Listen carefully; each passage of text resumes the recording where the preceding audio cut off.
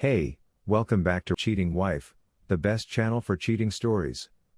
Like and subscribe to the channel for cheating stories like this. I, 28 male, think my girlfriend, 26 female of 4 years, is going to leave me for her dying ex-boyfriend and first love. Following their messages, I have not been the same person since. It happened that I was using her old iPad for work, and her Facebook account was still connected to it. I was ready to write her using my Messenger app, since I had left my phone at home, but I saw she had received messages from her ex-boyfriend and decided to back out. Let's call him Andre for the time being. Her and Andre had been together for 2 years at the time of writing. Their first love was each other, and she never told me what happened between them. While on a family trip in California with my parents, I happened to see her a year and a half after they separated. I didn't know much about him other than the fact that they were in a relationship throughout high school and college. When I first met her, we hit it off straight away. She showed me around Los Angeles and didn't seem to mind that I was residing in Australia. In order to move her to another country, we had to be in a long-distance relationship for a year until I had saved up enough money. Aside from that, it took me months to find a job in Los Angeles that would allow me to be financially secure when I first came in the city. We're still going strong 3 years after we first started.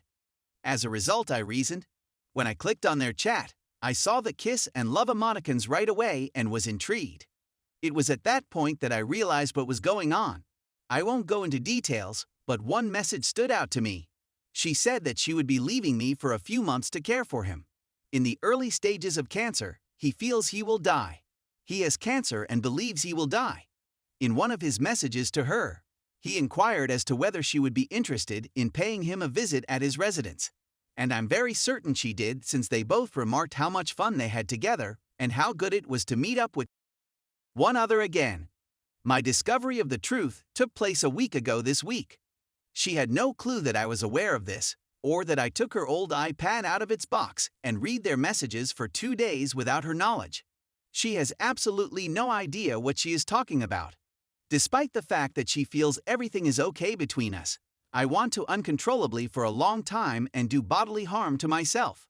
I don't have any friends in Los Angeles. They've all gone home and are content with their own lives. I don't want to talk about it with anybody since it makes me feel sick to my stomach just thinking about it.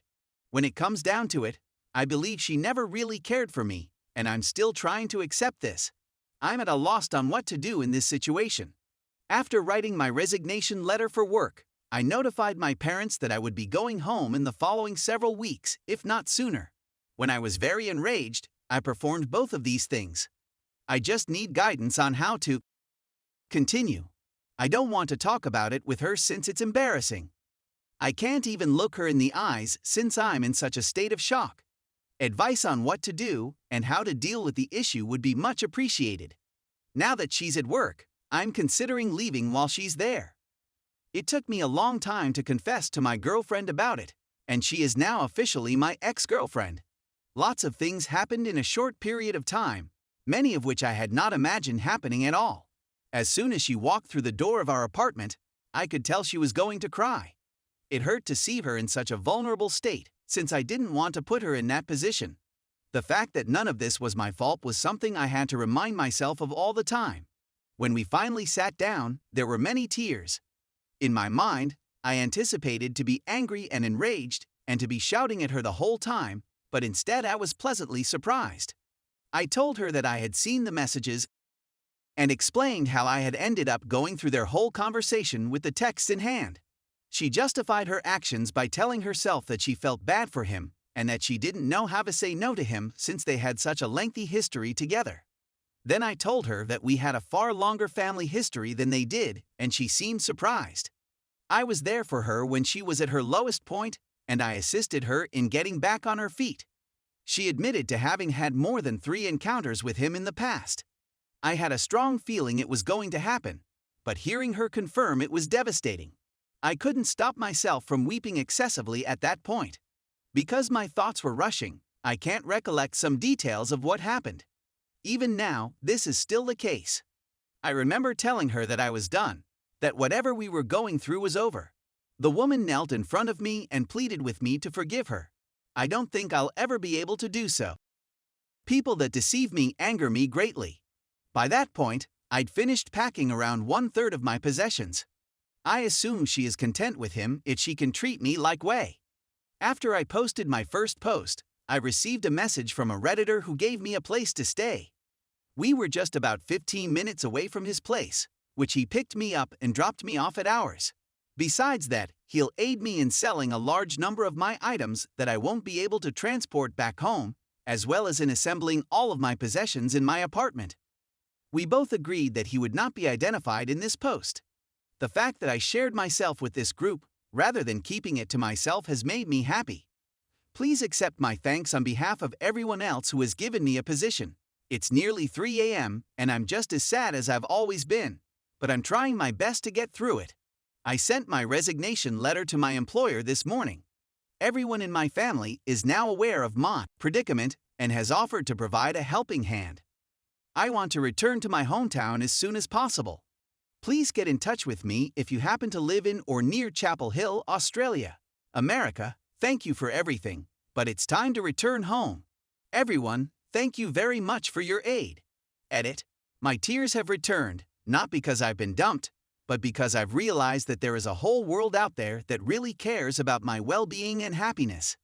I can't believe I ever contemplated self-harm as a means of escaping the misery I was experiencing. I am astounded and delighted to be a part of this community. In fact, Anthony and his wife, who happened to be the Redditor that helped me, have declared this to be the best thing that has ever happened to them. I may have lost a girlfriend and a potential marriage, but I gained a swarm of new acquaintances, some of whom will become lifelong companions. I'm feeling better overall, save from one little inconvenience. It's still strange that she's no longer there, but what can a man do? She came to a choice, and I came to a decision.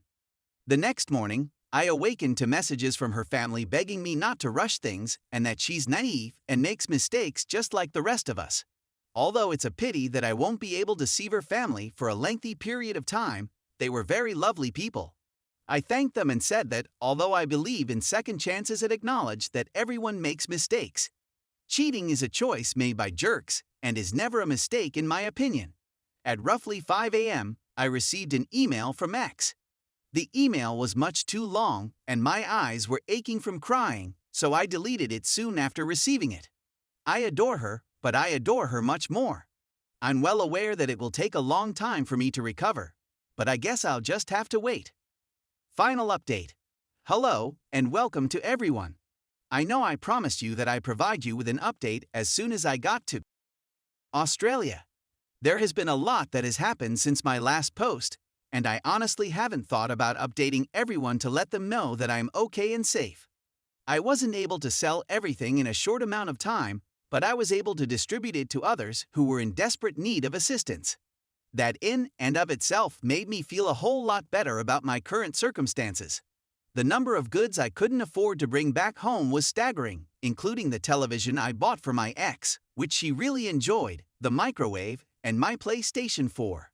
I'm now in Australia, and although things aren't going quite as planned, the situation I'm in is manageable for the time being. And to top it all off, my brother has been constantly assaulting me because of something foolish I said about a cancer patient when I was drinking. Because one of his closest friends died in a terrible manner, it was something along the lines of hope he dies in a dreadful manner that got him all worked up in the first place. To cut a long story short, I did not relocate to Brisbane to live with him, and am now uninspired and jobless in Perth, where I am staying with my parents. I'm completely despondent and resentful of my ex, but there's nothing I can do about it other than to let it go and let it be.